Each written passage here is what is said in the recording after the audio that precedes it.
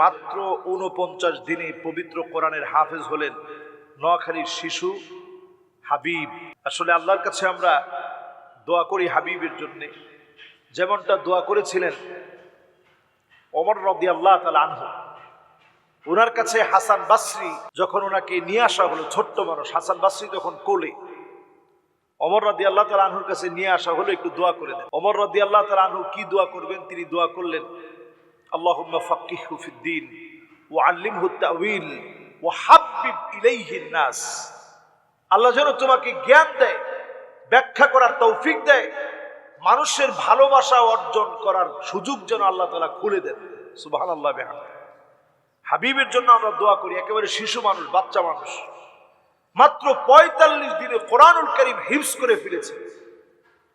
এই যে কোরআনুল কারীম হিফজ করার মতো সৌভাগ্য অর্জন করেছে, এটি একটি মিরাকেল, একটি আজীব বিষয়, আশ্চর্য বিষয়।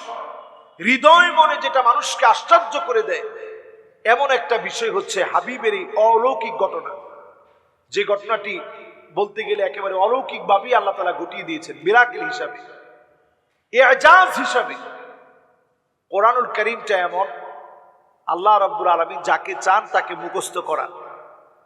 আপনি একটা পৃষ্ঠা মুখস্থ করতে আসলে দেখবেন যে এটা আল্লাহ যদি সহজ না করে এটাও সহজে মুখস্থ করা যাবে না। এটা এত সহজ কিতাব না। এই কিতাবকে আল্লাহ রাব্বুল আলামিন সহজ করেছেন বিধায় আপনি মুখস্থ করতে পারেন। ওয়ালাকাদ ইয়াসসারনাল কুরআনা লিযিকর ফাহাল মিন মুদ্দাকির। কোরআনুল কারীমে আল্লাহ রাব্বুল আলামিন একবার না, কয়েকবার আল্লাহ তাআলা রিপিট করেছেন, আমি এই কোরআনকে সহজ করেছি, আছো কি কেউ এমন এই কোরআন থেকে গ্রহণ করবে, নিবে, এই কোরআন থেকে নিবে, গ্রহণ করবে, এই কোরআনকে অনুধাবন করবে, আছো কি কেউ এমন এই কোরআন থেকে একটু অনুধাবন করবে, একটু গ্রহণ করবে, একটু এই কোরআনটা পড়বে, বুঝবে। বারবার আল্লাহ রাব্বুল আলামিন এটা কেন বললেন? এই জন্য বললেন, এই কোরআনের কাছে আসলেই কোরআন আপনার জন্য সহজ করে দিবে।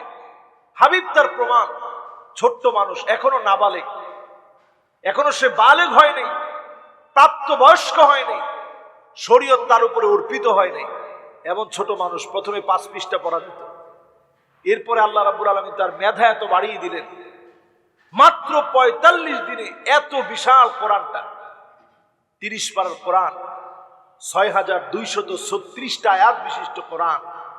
এই কোরআনকে ১১৪টা সূরায় আল্লাহ তাআলা সন্নিবেশিত করলেন। এই কোরআন সে মুখস্থ করে ফেলেছে, ছোট্ট মানুষ। এই মুখস্থ করার পিছনে সবচেয়ে বড় অবদান আমি মনে করি তার মা বাবার দোয়া, পাশাপাশি তার শিক্ষকের সুন্দর পরিচর্যা, সর্বোপরি আল্লাহ রাব্বুল আলামিনের তৌফিক। এই তৌফিক ভিক্ষা না দিলে কেউ মুখস্থ করতে পারে না। এই জন্য আমরা কোরআনুল কারীমের দিকে আসি, আসার নিয়ত করি। হাদিসের ভিতরে আসছে, আল কোরআনু গিনান লা ফাকরা বা'দাহু ওয়ালা গিনান দুনাহু।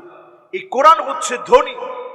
এই ধনী কোরআনের কাছে যে আসবে তাকে কোরআন ধনী বানিয়ে দিবে। সুতরাং আমরা যদি ধনী হতে চাই, মুসলমানরা যদি ধনী হতে চায়, এই কোরআনের কাছে আসতে হবে। আরেকটি হাদিস এই হাবিবের অনুপ্রেরণায় বলতে চাই, আমরা কত মানুষ এখনো কোরআন পড়তে জানি না।